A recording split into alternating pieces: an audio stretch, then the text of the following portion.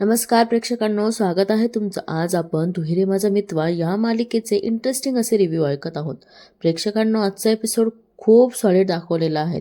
शेवटपर्यंत नक्की बघा आणि चॅनलला सबस्क्राईब करायला मात्र विसरू नका. प्रेक्षकांनो, सुरुवातीलाच त्यांनी बघा वल्लरी मामीनी ते संदूक ओपन केलेलं असतं आणि त्याच्यामध्ये अर्णवची पूर्ण फॅमिलीची म्हणजे आई, बाबा, अर्णव आणि अंजली यांचे फोटो असतात. आणि जेव्हा ते एक फोटो काढते ना, तेव्हा सुप्रियाताई आणि अर्णवचे वडील यांचा तो अर्णवचे वडील सुप्रियाताईंच्या अंगावर असे पडलेले आहेत असा फोटो आपल्याला बघायला मिळतो. वल्लरीला आठवतं की सुप्रियाताई जॉबसाठी तिथे आलेल्या असतात आणि वल्लरीने तो प्लॅन तसा केलेला असतो, म्हणून तिथे ऐश्वरीची आई म्हणजे सुप्रियाताई अडकून गेलेल्या असतात. इकडे वल्लरी म्हणते की वा वा वा वल्लरी, ही स्वतःलाच शाब्बास म्हणते बरं का.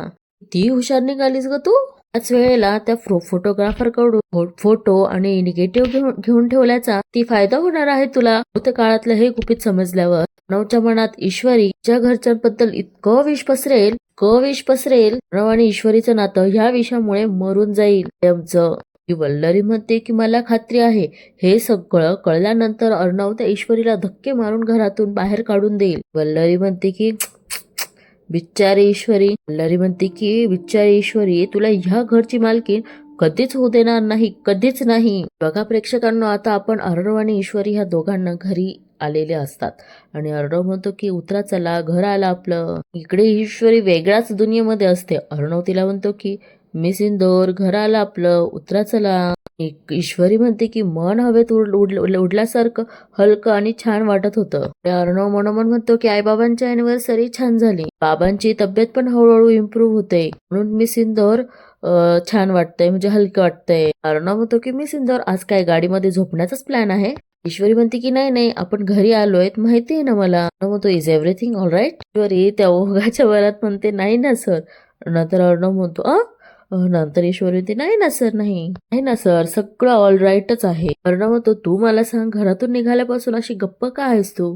अर्णव म्हणतो नाही म्हणजे तुझ्यासारख्या सतत बडबड करणाऱ्या मुलीसाठी दिस इज नॉट नॉर्मल. आणि प्रेक्षकांना अर्णव म्हणतो की तू गाडीमध्ये असते ना तेव्हा मला रेडिओ लावायची गरजच नसते. अर्णव म्हणतो की पण आज काहीतरी बदललंय, आय एम व्हेरी शुअर. ईश्वरी म्हणते नाही नाही, मी आणि शांत नामुमकिन. म्हणते की मी गप्प बसूच शकत नाही. आणि म्हणते की मी जरी आता गप्प दिसत असेल ना, पण मनातून खूप बोलत होते मी. आता इथे अर्णवला काहीच कळत नसतं आणि तो म्हणतो की ईश्वरी म्हणते शब्दांचं ट्रॅफिक जाम झालं होतं. अर्णव म्हणते की मी बोलत होते, तुम्ही बोलत होता, आपण दोघे खूप बोलत होतो. अर्णव म्हणतो की एक मिनिट. म्हणतो की मी बोलत होतो स्वप्नात, तुझ्या बोलण्याची लेवल मी कधीच मॅच करू शकत नाही. ईश्वरी म्हणते की स्वप्नच होतं ते, खूप छान स्वप्न होतं.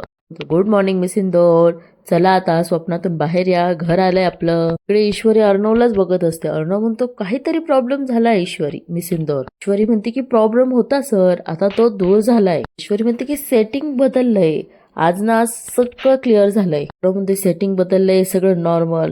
मिस इंदोर, तुला तरी कळतंय का. ईश्वरी म्हणते की हो सर, आत्ता कळतंय. ती कळत नव्हतं. अर्णव म्हणतो तुला ना तुझ्या भाषेत सांगू काय, तुझा ना दिमाग खराब झालेला आहे. ईश्वरीला म्हणतो की उत्तर. आणि अर्णव बाहेर येतो गाडीतनं. ईश्वरी अर्णवकडेच बघत राहते. शेवटी अर्णवलाच तिला गाडीच्या बाहेर काढावं लागतं.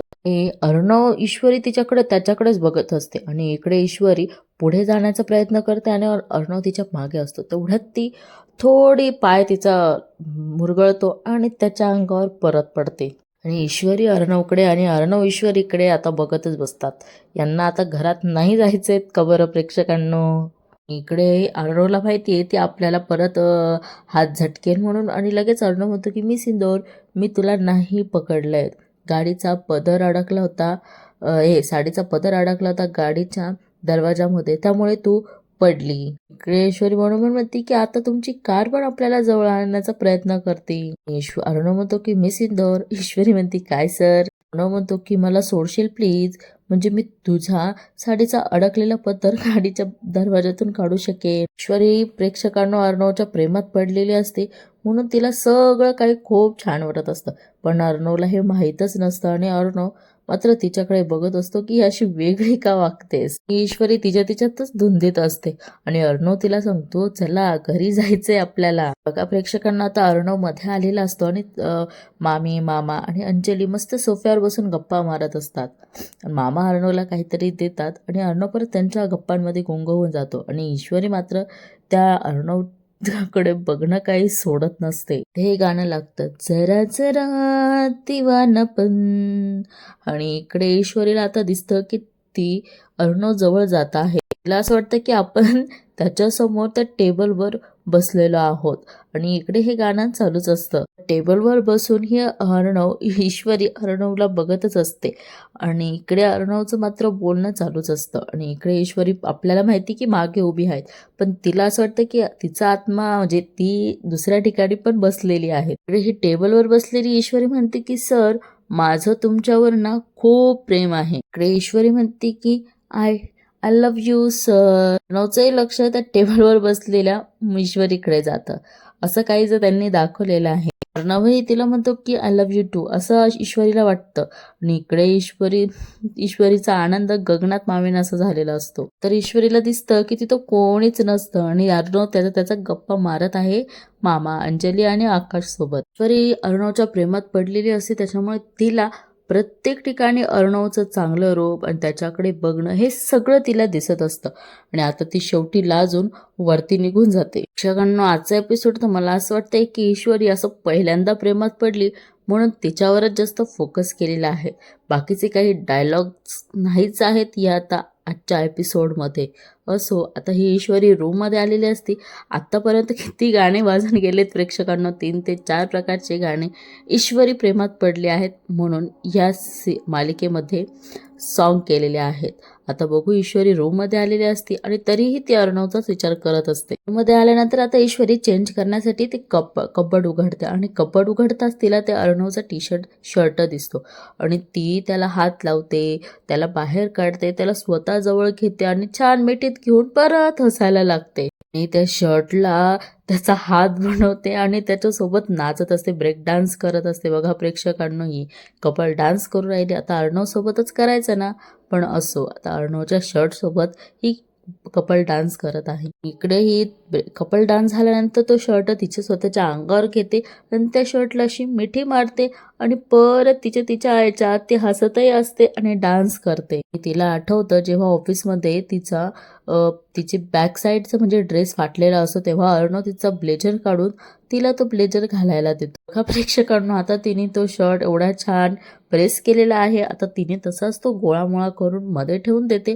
आणि तिचा नाईट ड्रेस म्हणजे ती नाईटला जे ड्रेस घालते तो काढते. आता इकडे अर्णव पण त्या काम करत असतो आणि काम करता करता त्याला आठवतं की ईश्वरीने आपली सेवा कशी केली आहे ते, कधी नागिन डान्स बनवून, कधी पदराने हवा घालून. आठवतं की जेव्हा तो बायकांना पाणी भरण्यासाठी मदत करत असतो तेव्हा ईश्वरी कशी त्याला ओढून आणते, डेकोरेशन करत असे तेव्हा कसा त्याचा हात तिच्या हातात घेत असते. अर्णव सुद्धा आता ईश्वरीच्या आठवणीमध्ये रमलेला असतो आणि तेवढ्या तिथे मामा येतात. मामा म्हणतात की अरे अर्णव ते इंदोरच्या वाड्याचा महिला शंकल आहेत, पेपर सगळे करेक्ट आहेत. म्हणतो की नाही.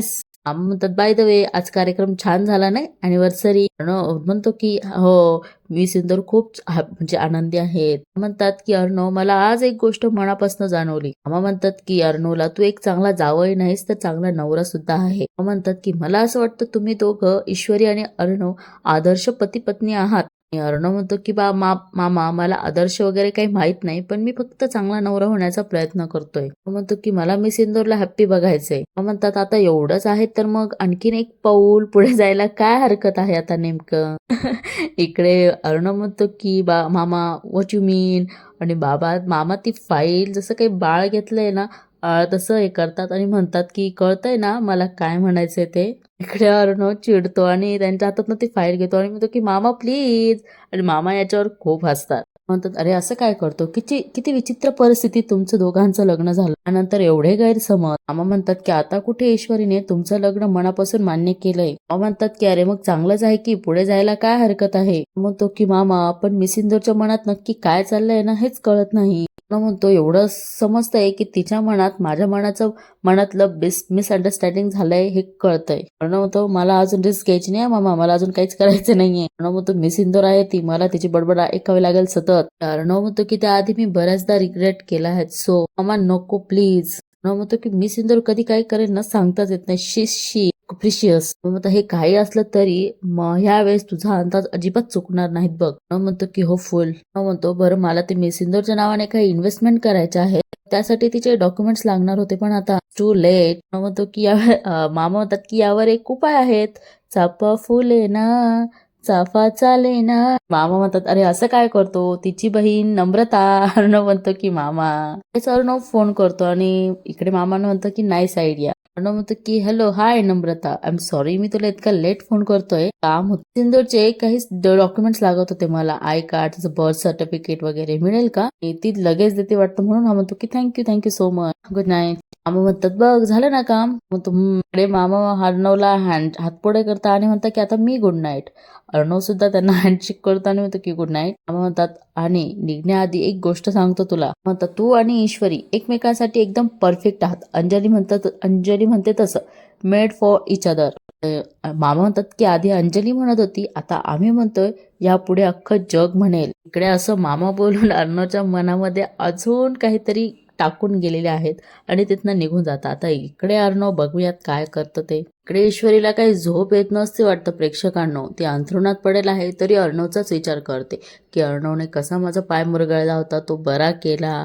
जेव्हा आमच्या दोघांचं भांडण झालं खाली झोपण्यावरनं, तेव्हा मी कशी त्याला नाही नाही म्हणत असताना त्याने तो ब्लँकेट ओढलं, कसं मी त्याच्या अंगावर पडली.